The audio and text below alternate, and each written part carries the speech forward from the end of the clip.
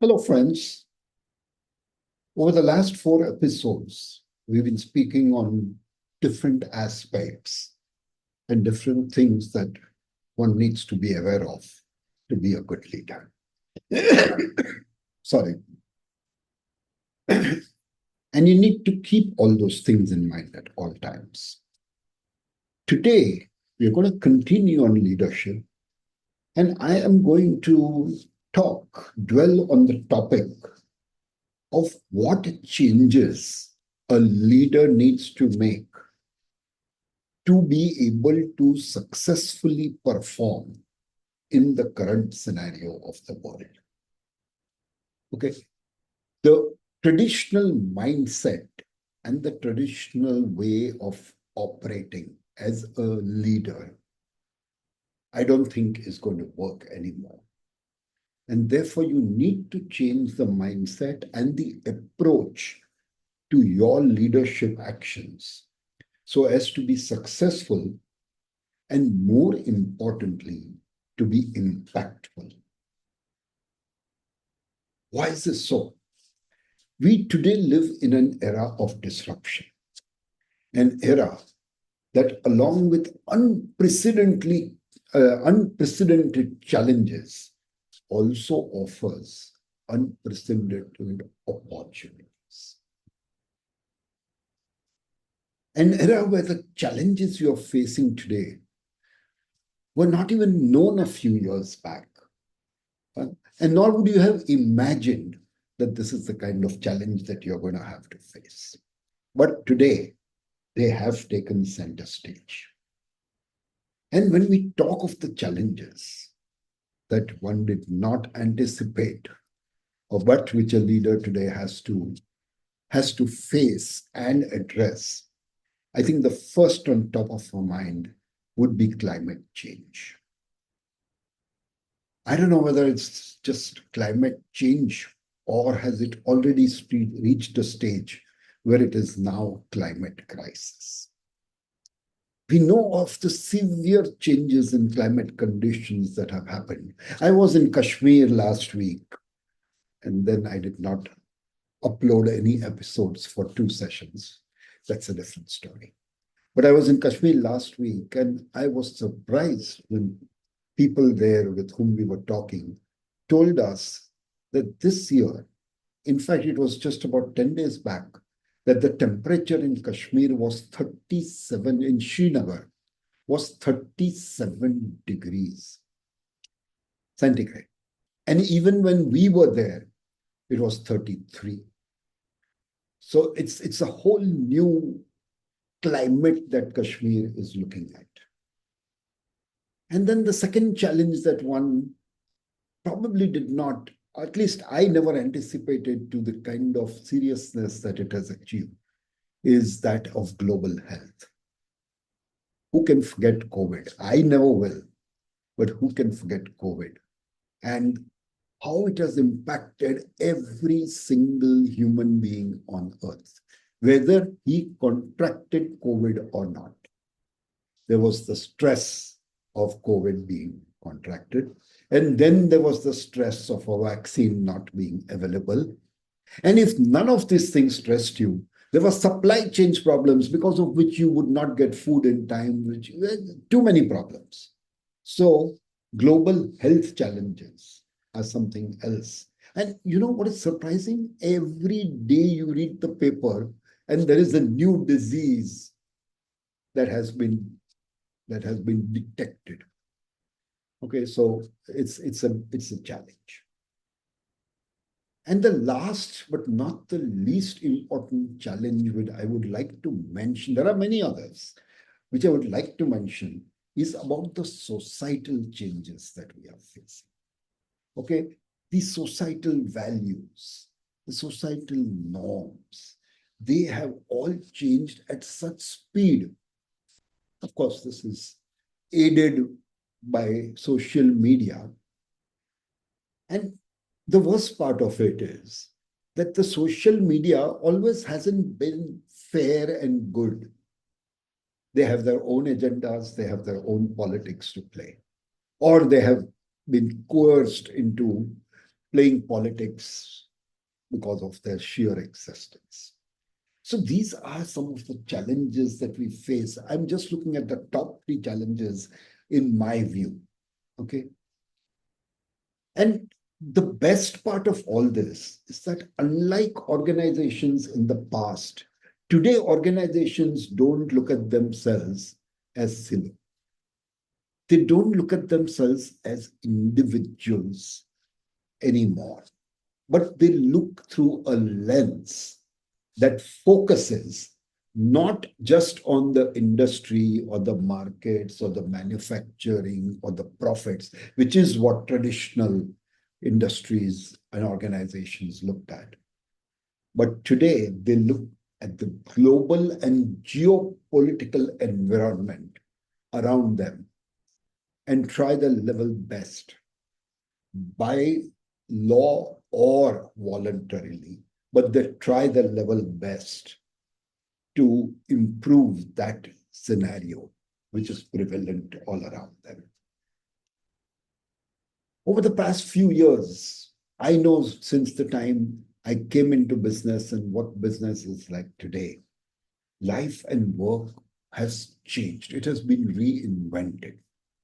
Okay. And what has been the biggest factor that has led to this? It is the advancing technology and the emergence of the new digital generation. Today, if I want to talk to people with whom I work, and if I am digitally and technologically ignorant, it's going to be difficult. Yeah, I still have difficulties. Like somebody tells me CYS or SYS, and I don't know what they're talking of, or LOL. I remember I used to have to ask my daughter or my son, what does this mean? So today's leaders have to learn to navigate through these changes, no matter what your age. Maybe the younger generation finds it easy, okay, because they are savvy with some of these challenges, and they've been brought up to know about these challenges from a young age.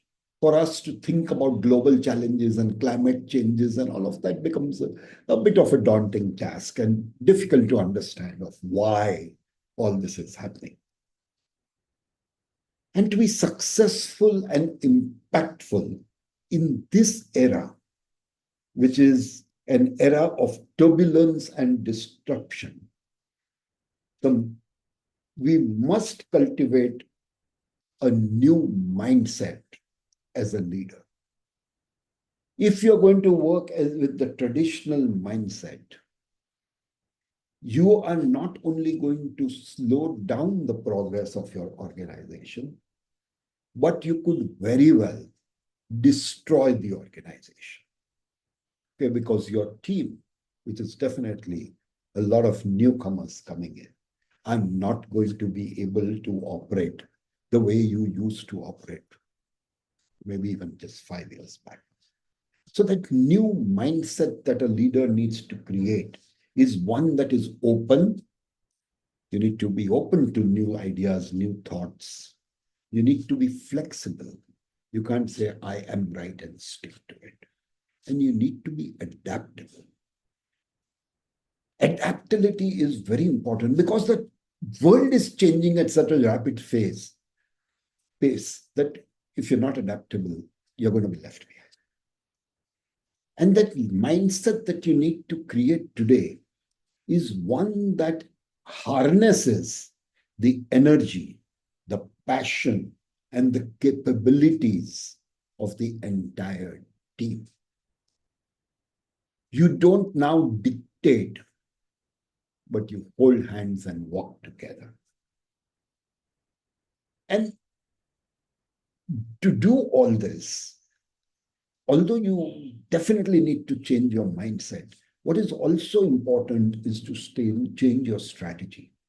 You need to rework your strategy to be compatible with all these mindset changes that we are talking of.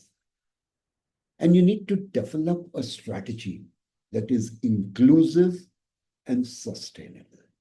This comes from global challenges, climate changes, global health issues. It needs to be inclusive of everybody. It's not like at one time the leader would do everything. No, I mean, would control everything. Today it doesn't happen like this. So you need to have a strategy that is inclusive and sustainable. As I said, I would go to the extent of saying that if you're going to follow the old leadership model, it is absolutely incapable, let me tell you, it is incapable of operating successfully in today's world. And can, in reality, as I just said, be an obstacle when it comes to facing today's challenges and the complex demands that the environment on the whole, it is the consumer, it is your stakeholder, everybody, the complex demands that they have. And these demands, they just keep being thrown at you incessantly. And that's why that adaptability is very important. What I believe, though, is that with the diversity of challenges and demands that are upon us today, and this is going to shock some of you, I believe that today for an organization to succeed and to thrive, what is really needed is not one leader, but it needs a team of leaders who are experts in various disciplines, in various tasks, challenges, and opportunities that get thrown your way. Yes, you definitely need that one leader. You can't have 10 cooks talking and doing different things at the same time. You do need that one leader who is going to guide. But leadership now is not just about that top leader who may be a CEO or the director of the company, managing director or whatever. Okay. So even if you have that one great leader who knows most of these things, you still need a team of leaders because there's so much to be done. And God has not given us more than 24 hours in a day. So there's so much more to be done that if you try to do it all, if any one person tries to do it all, trust me, he's not going to be able to finish the task and he's going to get burnt out at a very rapid pace. Okay? So leadership teams in today's times will always outperform each of the individuals put together. So if you've got 5 leaders of 5 different, it may be 10, it may be 2, I'm just throwing numbers. But if you have 5 leaders who are working jointly in tandem, you're not going to get 5x the results. You're probably going to get exponential results, maybe 25x if they're all doing a fantastic job. Okay. So you have to remember that the team will always deliver far more than what each of those leaders in the team can deliver individually. Today, organizations cannot exist in their cocoon. Okay? They cannot hide themselves and say, okay, I am this and I'm going to do this. They will have to reimagine themselves and to see the world in the new avatar, which is what they are going to operate in. And they need to rethink how they are going to interact with the industry, with the markets, with other organizations that they work. And all of these interactions need to consider the world at large. As I said, you can't be in a cocoon. You can't think and interact with only your viewpoint there. There are things you would have to do. At times, a cost increase in manufacturing is on the way because you need to be green, not even green, but you need to be a little more this thing. Just 1 minute, please.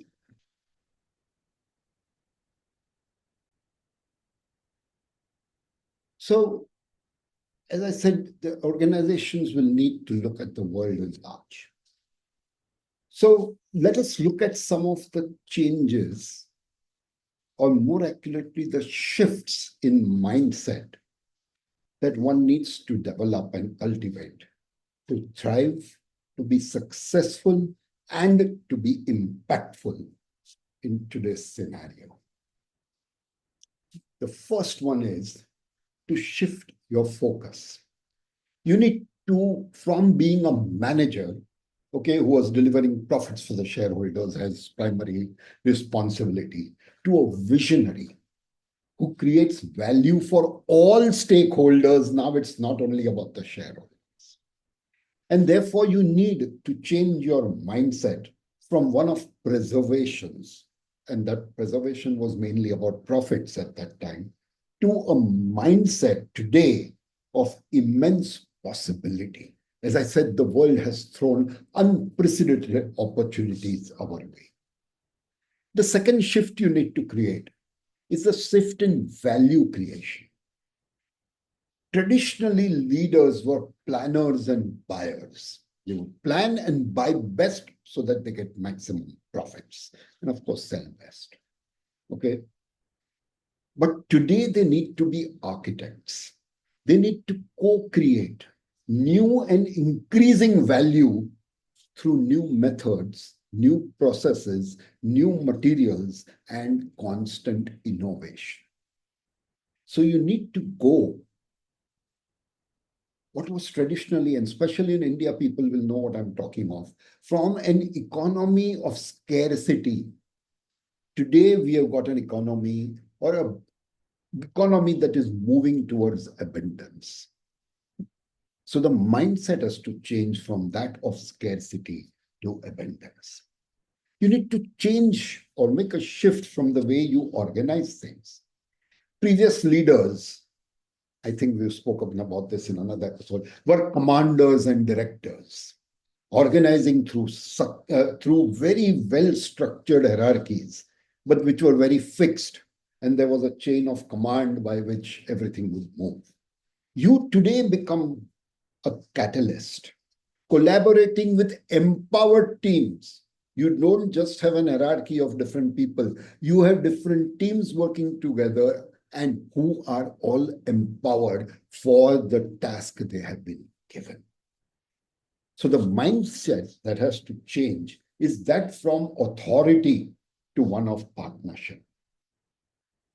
You need to make a shift in how you get things done. Previously, you were a controller, okay, and you were administering and getting results through detailed roadmaps and processes which you would establish. Today's leader needs to be a coach. You need to create teams that will deliver and innovate with the requisite training that they would need. So you have to become a coach. So this is a change in mindset from one of certainty. At that time, you had fixed processes. You always knew what would happen. Okay, to one of discovery today. Once you train your team and give them the power without a detailed roadmap, you'll find new process ideas, which might save time, which might save money. Some of them will fail, but you're going to find better ways of doing things.